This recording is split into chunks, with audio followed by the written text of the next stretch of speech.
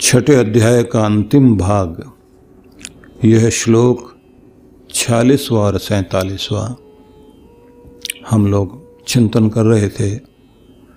तपस्विभ्योऽधिको योगी ज्ञानिभ्योऽपि मतोऽधिक कर्मिभ्यश्चाधिको योगी तस्माद् योगी भवार्जुन। योगी तपस्वियों से भी श्रेष्ठ है और शास्त्र ज्ञानियों से भी श्रेष्ठ है। वह कर्मकांडी ज्ञानी विद्वानों से भी अधिक श्रेष्ठ कहलाएगा। इसलिए अर्जुन, योगी अवश्य बनो, योग युक्त होकर जीवन जियो। योगिनामपि सर्वेषां मद्गतेनान्तरात्मना श्रद्धावान भजते यो माम स में युक्त तमो मतः।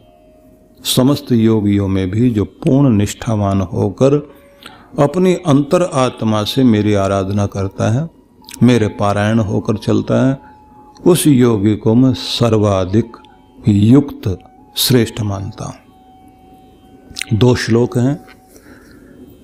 पहले श्लोक में कहा गया है कि तपस्वियों में भी बड़ा भारी गुण होता है, लेकिन उनसे भी श्रेष्ठ कोई व्यक्ति अगर होता है तो योगी व्यक्ति होता है।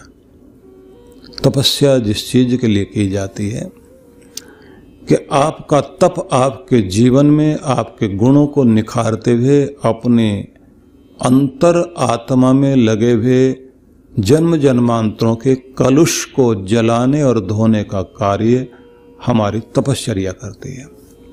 और तपस्या में कहा गया है कि तपस्वी व्यक्ति का एक लक्ष्य होता है बाह्य क्षेत्र में, वातावरण में अपने आप को संतुलित और धैर्यशील बनाए रखना।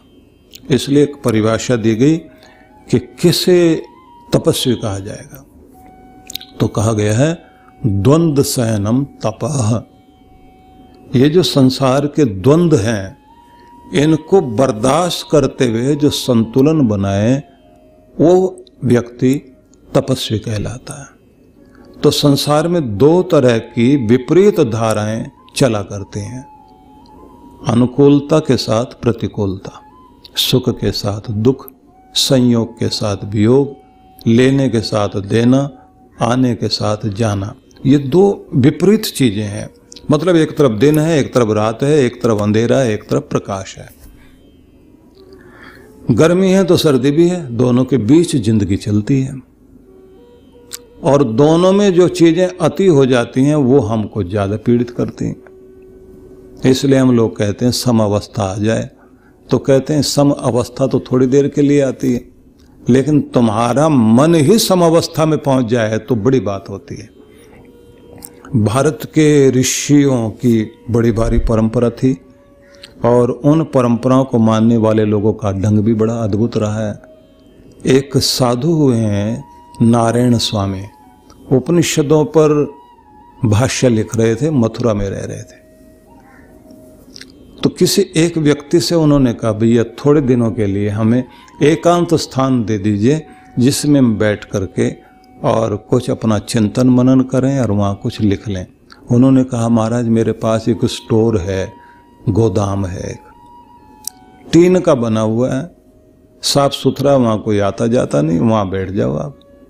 तो जिन दिनों मौसम अच्छा था उन दिनों तो ठीक चलता रहा, लेकिन धीरे धीरे जो है मौसम गर्म आ गया, शुरू हो गया। तो मई का महीना आया, मई के साथ साथ जून का महीना, तेज लूएं चलने लग गई।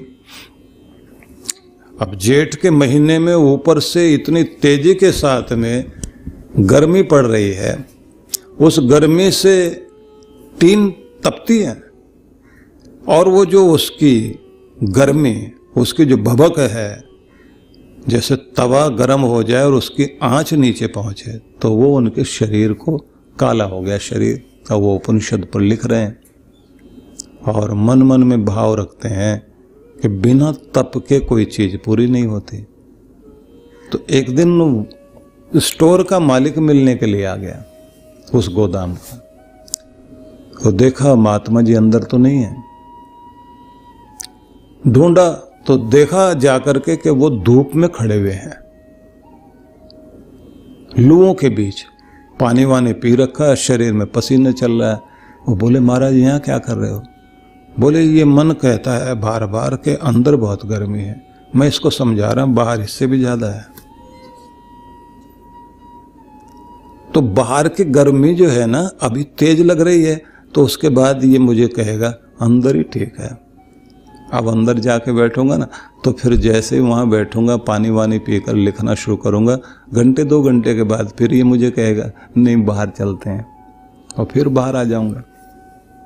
महाराज ये तो अपने को सता रहे हैं आप, सताना जो है बोले तप है ये। बोले खुद को सताना तप कैसे हो गया?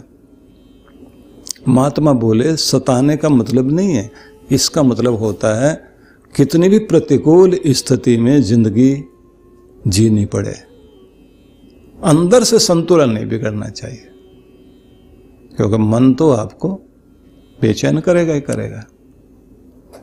उन्होंने पूछा आप लिख क्या रहे हैं? बोले उपनिषद। महाराज मैं आपके लिए व्यवस्था कराता हूँ, कोई आपके लिए पंखा चलाए। बोले कोई पंखा चलाएगा, हवा करेगा, तो मेरा तो जो ये ध्यान है और जो मेरी तपस्या है वो खत्म हो जाएगी। बड़े अद्भुत लोग थे।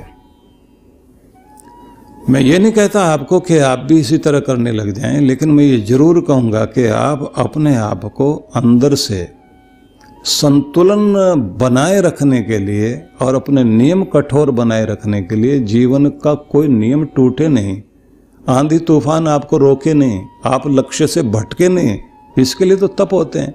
लेकिन कृष्ण भगवान कह रहे हैं तपस्वियों से भी अधिक योगी है, और तपस्या के लिए जो 12 तरह के तप माने गए हैं, हालांकि वो सिर्फ 12 ही नहीं है, उनकी संख्या बहुत है।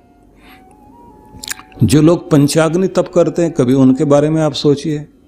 जून का महीना है, चारों तरफ से जो है अग्नि जला रखी है उन्होंने, और गोल घेरा बनाकर उसके बीच में जाकर के वो बैठते हैं, पूरा शरीर काला हो जाता है उनका, और उस स्थिति में शांत होकर अपने आप को स्थिर रखते हैं।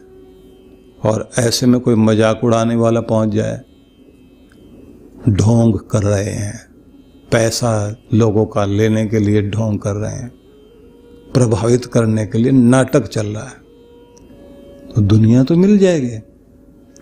अब उस समय ये आता है कि भाई बाहर का दबाव तो सह लिया, अब जो है शरीर तो सह गया है, अब मन भी सह जाए। और उसी समय मुस्कुराते व्यक्ति उसी तरह विचलित नहीं हो, अविचल अवस्था में बैठा रहे। कोई पत्थर उत्तर फेंक जाए तो क्या आप भी पत्थर लेकर पीछे भागने लग जाएंगे?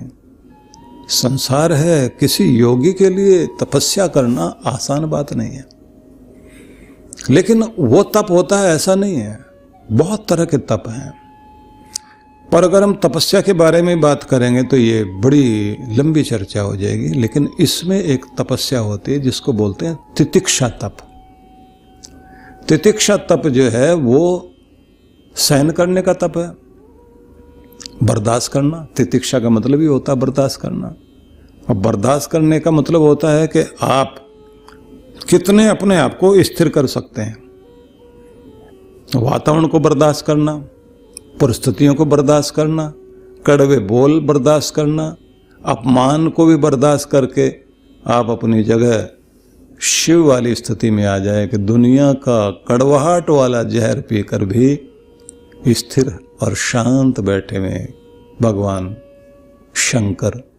शंकर के स्वरूप को देखते हैं ना, तो शंकर भगवान शांत होकर बैठे हुए हैं अपनी शांति में। आसान बात नहीं है ये। घर का जो सबसे बड़ा होता है उसको तो सबसे ज्यादा ये करना पड़ता है, सबकी कड़वी बातें सहकर, अच्छी बुरी बातें सहकर, सबको पाला पोसा, लायक बनाया, सब कुछ कर दिया, उसके बाद भी उनके कड़वे बोल सुनने को मिल रहे हैं, तुमने हमारे लिए करा क्या है। सब सुनता है व्यक्ति, उसके बाद भी शांत रहता है। मन में भाव जरूर आता है कि आएगी मेरी याद मेरे जाने के बाद। और जब ये सोच रहा होता है तो उस समय उसको यही लगता है कि ये अल्पज्ञ लोग हैं, अल्प बुद्धि वाले लोग हैं, मेरा फर्ज है, पिता हूं, बड़ा हूं, कर्तव्य पूरा करूं। आएगी मेरी याद मेरे जाने के बाद, रोएंगी तुम्हारी आंखें मेरे जाने के बाद, पछताओगे तुम, याद करोगे रात दिन, करोगे उसी समय याद मेरे जाने के बाद। बड़ी सारी भावनाएं आती उस समय, अभी तुम्हें नहीं समझ में आएगा, बाद में याद करोगे। तो वो अपना कर्तव्य करता चला जाता है। तो ये तपस्वी का मार्ग है। कृष्ण आगे कहते हैं उससे भी आगे योगी है। फिर कहते हैं ज्ञानीभ्योपि मतोधिक, जो ज्ञानी लोग हैं उनसे भी बढ़कर के अगर कोई हो सकता है तो योगी हो सकता है, क्योंकि ज्ञान तक पहुंचना आसान बात नहीं है।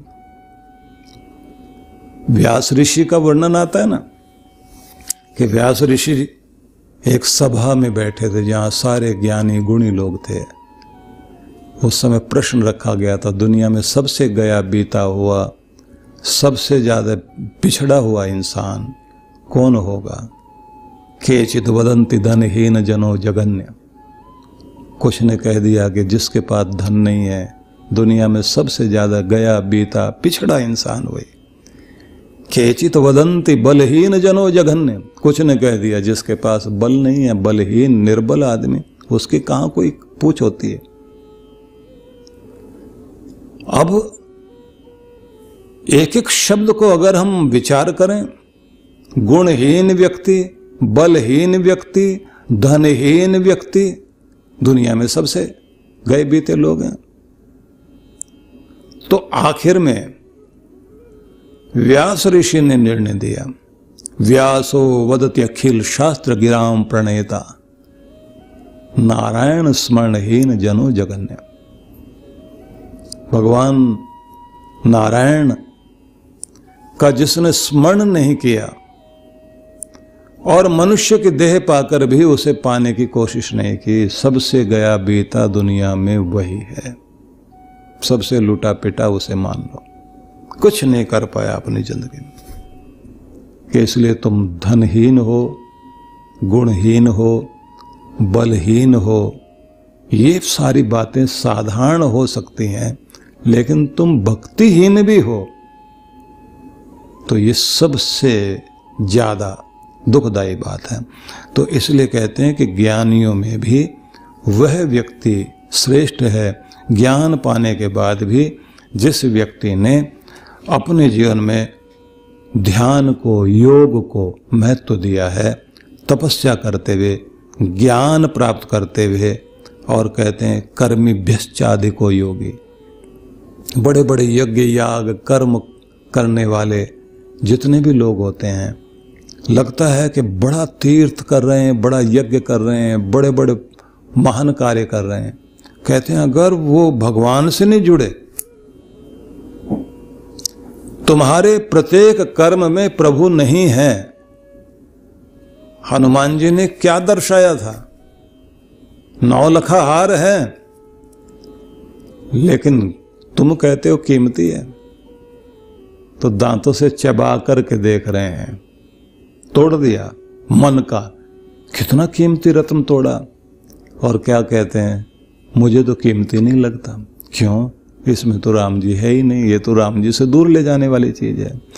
जो माला भगवान से जोड़ दे वो कीमती, और जो भगवान से दूर कर दे वो माला किस काम की।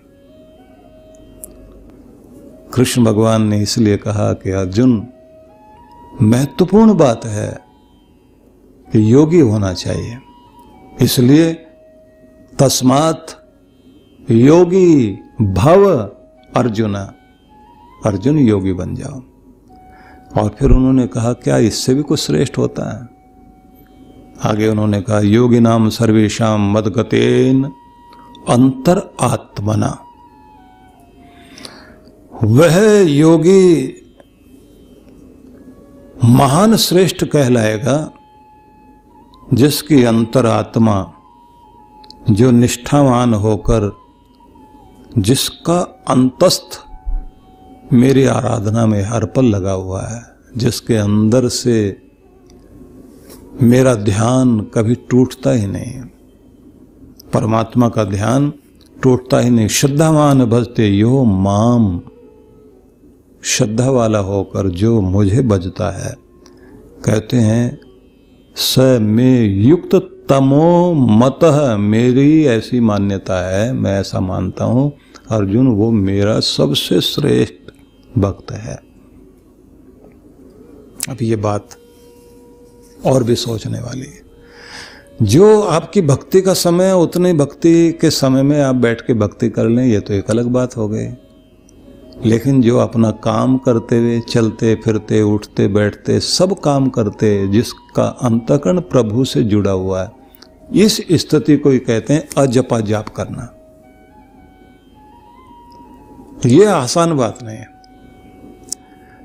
तुम्हारी अंतर आत्मा, तुम्हारा अंतर मन भी, बुद्धि भी, चित्त भी परमात्मा का नाम अंदर ही अंदर जप रही है, और बाहर तुम सांसारिक कार्य कर रहे हो। बाहर से लगता है कि ये तो भक्ति कर ही नहीं रहा। कबीर ने इसको एक अलग ढंग से कहा है कि मैं उस दशा को प्राप्त हो गया हूं कि खुद तो खाली बैठा हुआ हूं, भगवान का नाम मेरे अंदर से अपने आप चल रहा है, परमात्मा अपना नाम अपने आप जप रहा है। मतलब मेरे अंदर मेरा परमात्मा, मेरे अंतर की जो आत्मा, अंतर आत्मा, वो परमात्मा से जुड़ गई है। अब मुझे कुछ करना नहीं पड़ रहा है, बाहर से तो सहज होकर दुनियादारी के कार्य कर रहा है, अंदर अंदर नाम चल रहा है जो हर पल प्रभु के नाम से जुड़ा हुआ है। इसलिए स्वामी विवेकानंद एक शब्द बोलते थे कि मंदिर में भगवान के दर्शन करना, लेकिन भगवान को मंदिर में छोड़ के मत जाना, दिल में बैठाओ और अपने साथ लेकर के चलो। मतलब जहां तुम अपनी दुकान में बैठे हुए हो तो वहां तुम्हारा भगवान तुम्हारे समक्ष रहना चाहिए। सिर्फ मंदिर में ही तुम पवित्र बने रहो ऐसा नहीं, तुम्हारी पवित्रता तुम्हारे कार्यस्थल में भी होनी चाहिए। अपने भगवान के मंदिर को तुम अपने साथ लेकर चले जाओ। अपने शरीर को मंदिर, अपने घर को भगवान का मंदिर बनाओ, अपने व्यापार कार्यस्थल को भी भगवान का मंदिर बनाओ। और जिसको ये कहा जाता है कि तुम्हारा चलना फिरना भी भगवान की प्रदक्षिणा हो जाए, तुम्हारा जो कर्म है वो भगवान की सेवा हो जाए। तुम जो ग्रहण कर रहे हो, भोजन ग्रहण कर रहे हो, ये प्रसाद है उसका, और बैठे हो तो उसकी गोद में बैठे हुए हो। बंगाल में एक संप्रदाय है, बाउल संप्रदाय। बाउल का मतलब पागल। वो भक्त लोग हैं जो अपने को बाउला बोलते हैं, पागल कहते हैं, दीवाना कहते हैं। हाथ में उनके एक साज होता है, जैसे एक तारा होता है, उसको बजाते रहते हैं और ऊपर की तरफ देखते हुए गाते हैं। उनके गीत बड़े अद्भुत गीत हैं, रहस्यवादी गीत हैं, जिनको अगर आप पढ़ें सुने। एक बार हमने 2-3 दिन लगातार बाउल गीतों के बारे में उनकी व्याख्या की थी कि वो क्या कहते हैं, बड़ा आनंद आता है। तो वो यही कि ये खुला आकाश, ये गुंबद है परमात्मा का, कहाँ मंदिर बनाए जा करके? वो मंदिर नहीं बनाते। वो कहते हैं जिसने अपना मंदिर पहले ही बना रखा तुम उसका मंदिर बना के क्या करोगे? इतना ऊंचा गुंबद है परमात्मा का, और फिर दिया जलाने की जरूरत कहाँ है? उस चांद सितारे सारे उसके दिए हैं, और तुम चंवर डुलाओगे तो उसकी जरूरत ही नहीं है। वो हवा कर रहा है, पवन का काम ही यही है। हवा तुम्हारे लिए चल रही है, तुम्हें फायदा मिल रहा है क्योंकि तुम भगवान के हो, भगवान के दर पर बैठे हो, दुनिया में उसकी रह रहे हो, तो उसका प्रसाद जो है वो खा रहे हो। लेकिन पवन तो उसके लिए जो है चमर डुला रहा है, तो थोड़ी थोड़ी हवा तुम्हें भी लग जाती है। हाँ, जब तुम थोड़ी गड़बड़ करते हो तो थोड़ा ज्यादा हवा हिला देता है, तो तुम्हारे लिए तो आंधी आ जाती है। जहां तुम बैठे हुए हो का वो परमात्मा के मंदिर का वो फर्श है, जहां उसके चरण हैं। और देखो ये अगरबत्तियां, ये धूप, इनको अगर ढूंढना चाहते हो तो सारे फूल जो खुशबू वाले हैं, रात के अलग हैं, दिन के अलग हैं। रात दिन उसकी तो अगरबत्ती जल रही है, तुम्हारी वाली तो बुझ भी जाएगी, उसकी तो बुझती नहीं कभी भी। और तुम अभिषेक की बात करते हो, जब उसका मौज आती है तो अपने आप ऊपर से जल बरसा लेता है। इसलिए जब उसको जल बरसाता देखते हैं तो उसके गीत अलग हैं, और जब उसकी अगरबत्तियां जलते देखते हैं तो और आनंद आता है। और कभी कभी आप देखें जंगल में बरसातों के बाद का जो समय होता है ना, अभी शरद ऋतु आने वाली है, बरसात का मौसम जा रहा है, तो अभी गया नहीं तो जंगलों में आपको अगर मौका मिले और वो भी सांझ का समय, तो उस समय जुगनू देखने को मिलते हैं बहुत सारे, इतने सारे जुगनू, कमाल हो जाएगा। आपको लगेगा कि जैसे तितली उड़ती है ना, ऐसे जुगनू उड़ते हैं और उनके बल्ब जल रहे होते हैं जैसे टॉर्च जल रही हो, और इतने कमाल के कि जब वो ऊपर की तरफ उठते हैं ऐसा लगता है कि जैसे कोई दिए लेकर के और आरती करने लग रहा हो। और उसी समय झिंगूर जो है वो अपनी बीन बजा रहे होते हैं, जैसे सितार बज रहा हो, तो सितार चल रहा है इधर, इधर जुगनू जो है वो आसमान में घूम रहे हैं। तो ये आरती भगवान की हो रही है। और उससे पहले क्या होता है, अभी रात होने वाली थी तो सूरज जा रहा है और सारी चिड़िया आकर के पेड़ पौधों पर इतना बोल के गीत वीत गा के अपने अपने घोंसले में चली जाती हैं। ये इनका कीर्तन हो गया, महिला मंडली अपना कीर्तन करके चली गई है। अब आरती वाले आ रहे हैं, बीन वाला बीन बजा रहा है और आरती वाले जो है थाल लेके आ रहे हैं। कितना अद्भुत दृश्य होता है। कभी पर्वत क्षेत्र में आप जाएं, वहां के जुगनू अगर आप देख लें तो आप तो बहुत हैरान हो जाओगे। वहां के जुगनू तो इतने बड़े बड़े जुगनू होते हैं, जैसे कोई एक सेल वाली टॉर्च आप जला रहे हो, उसकी जो रोशनी होती है ऐसा होता है।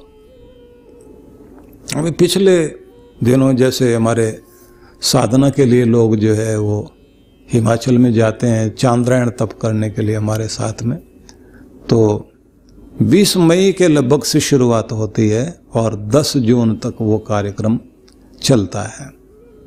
कभी कभी जो है 1 महीना पूरा ही चलता है। तो वहाँ रात्रि में जैसे हम लोग विचरण कर रहे थे तो कुछ साधक आकर बोले कि कुछ है यहाँ, कुछ है। मैं क्या है? बोले पेड़ के पौधे के साथ साथ जो है ना रोशनी हो रही है, रोशनी हो रही। तो मैंने कहा तुम्हें क्या लगता है कोई भूत वूत है यहाँ?